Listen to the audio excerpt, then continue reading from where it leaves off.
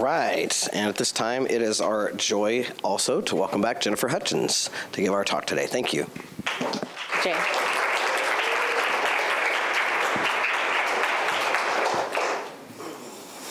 Good morning. Good morning. So the last time I was here, for those of you who were here, or for those of you who caught it live on stream afterwards, or were at home watching from the comfort of your couch, we talked about synchronicity. Synchronicity being those coincidences that just are surely not coincidences. There's something larger at play going on. Well, I had to share a story with you about synchronicity that happened in my own life over the last month. So probably most of you don't know this, but I'm working on a book.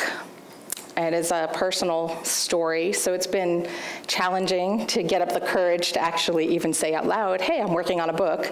But now I'm outed, so you guys got my back, right? So I have been working on this book on and off, for many, many years. In fact, I wrote and finished the first manuscript of this book in 2011. And did sort of that preliminary work, reaching out, trying to find agents, publishing, that sort of thing. And then I decided I was going to go to ministerial school and all of the work that came with even the preparations for that. So I just kind of dropped the book. And then there was this voice that kept saying, pick the book back up, pick the book back up. So I decided this winter, okay, I'm going to focus on the book. I'm going to rededicate myself to this. Bear with me here. So I started working on it diligently every week, focused on the book, and then I let it slip again. Then I decided, okay, I need to ramp up my own practice. And I pulled The Universe is Calling by Eric Butterworth off my shelf, and I stuck it on my desk. Just an intention. I just need to focus on this again. Wouldn't you know it, the next day I got a phone call from a publishing house that I had contacted in 2011. Are you, by any chance, working on anything at the time? They asked me. Why, yes, I actually just picked up the manuscript that I had sent you in 2011, but I'm doing a rewrite, so I need a little more time. They said, great, when you're done, when you're ready, give us a call back. So for clarity, I don't know how many of you in the room have ever gone through the publishing process.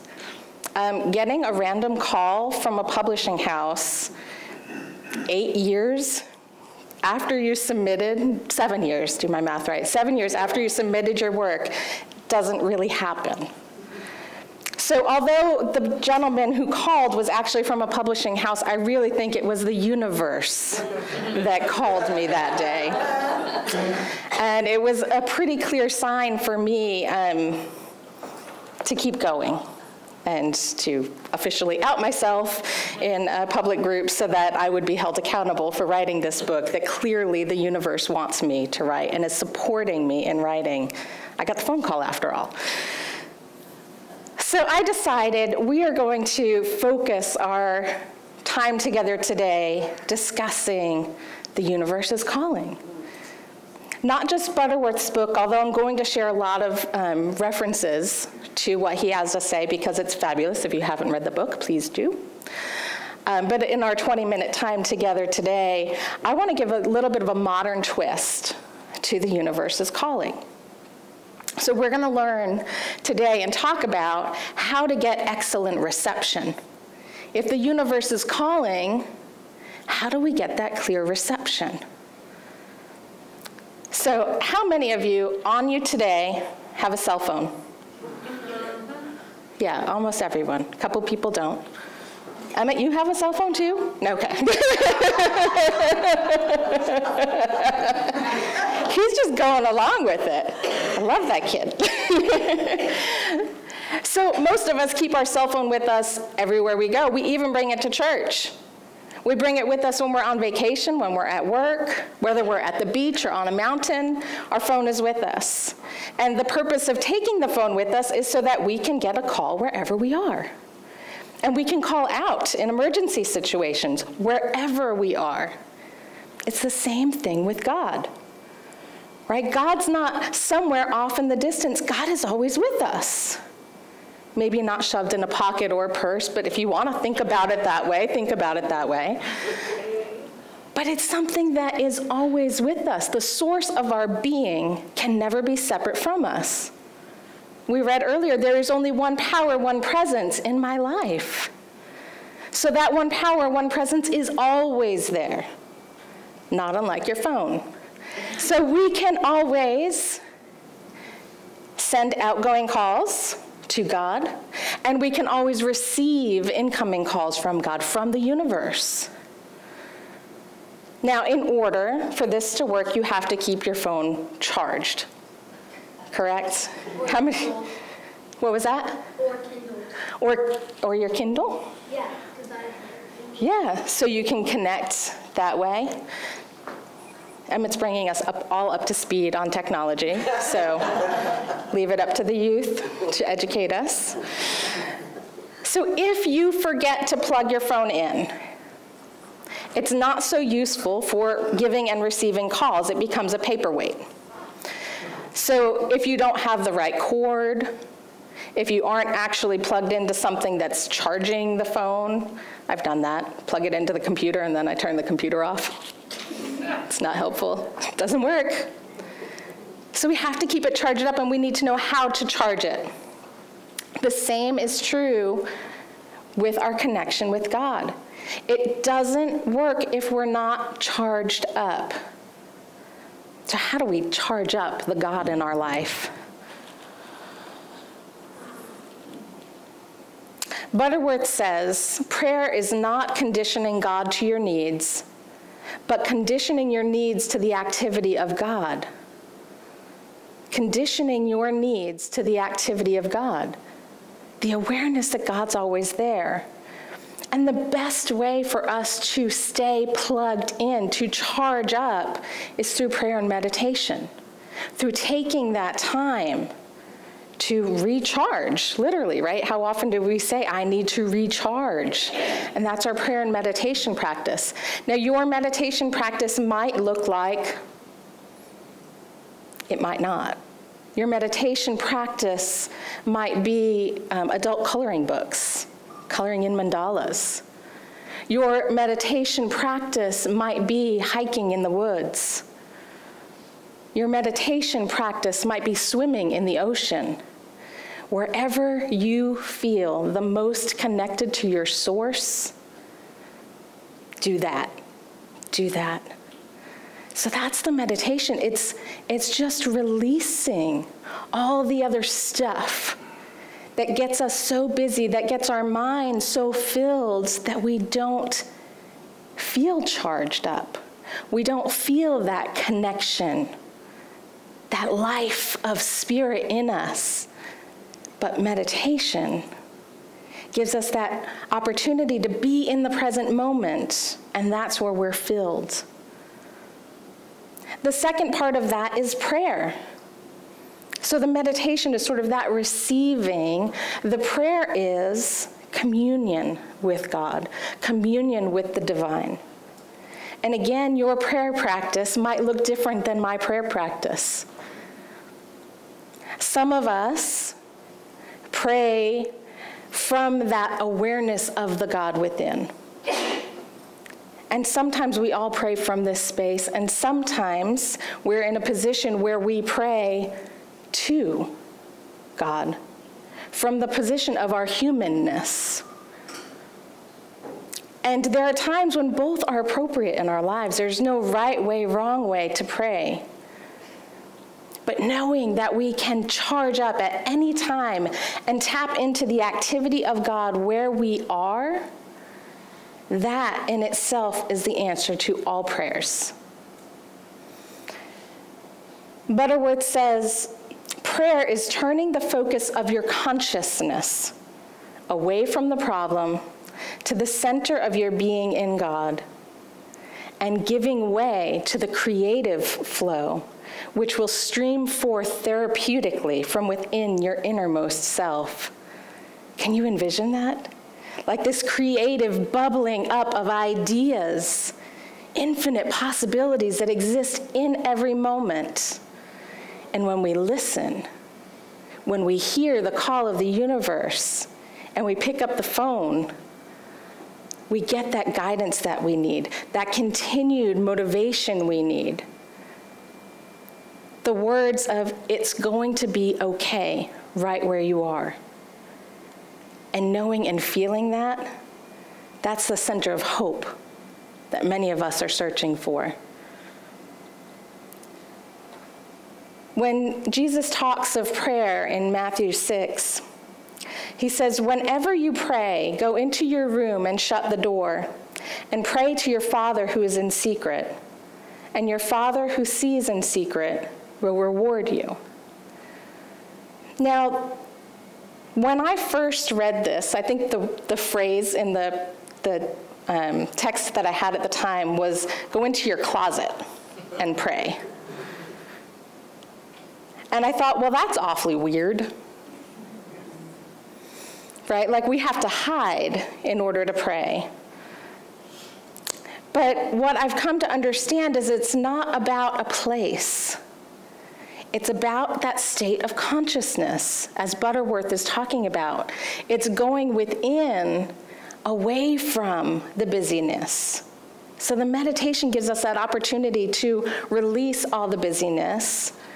And then in our prayer, we're praying from the inner chamber, praying from that awareness that right where we are is love, right where we are is peace, right where we are is perfect health, wholeness, expression of the divine, right where we are, no matter the external circumstances.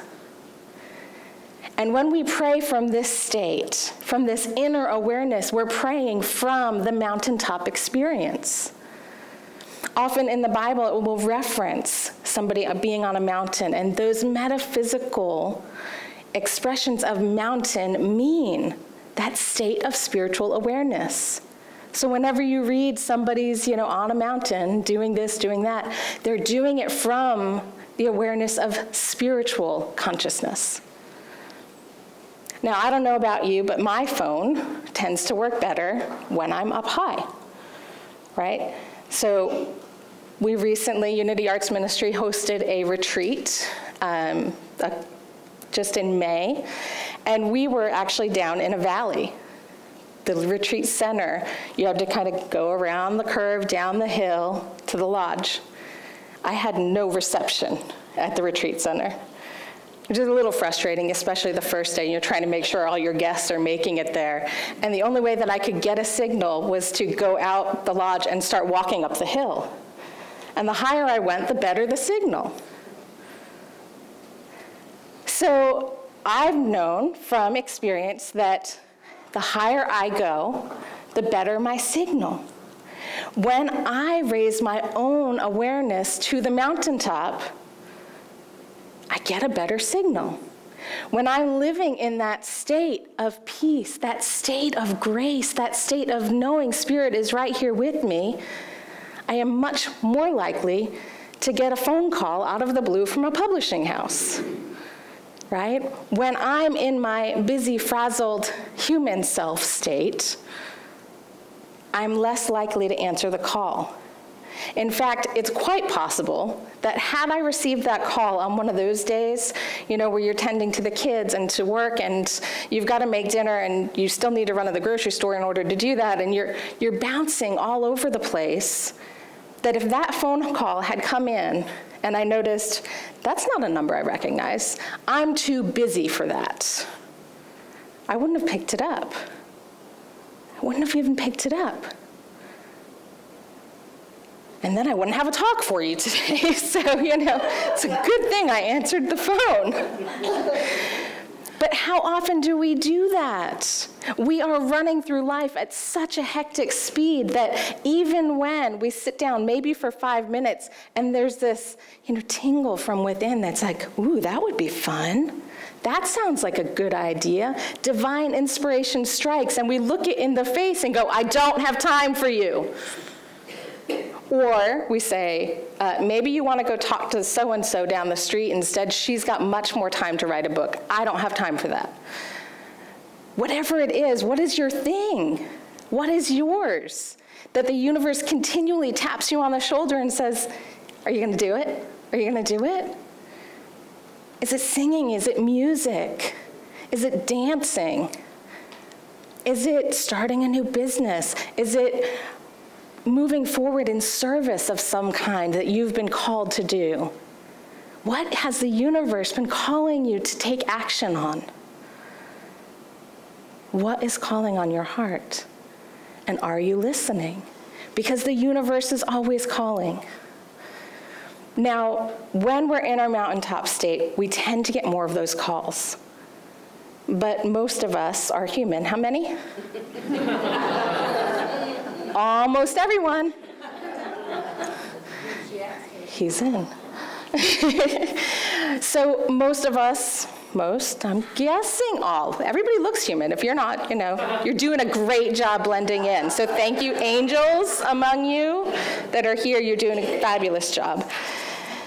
So as a human being, we tend to have emotions, experiences. We tend to have life happen to us sometimes in ways that, quite frankly, sucks. We all have experiences that don't leave us feeling like we're sitting on a mountain.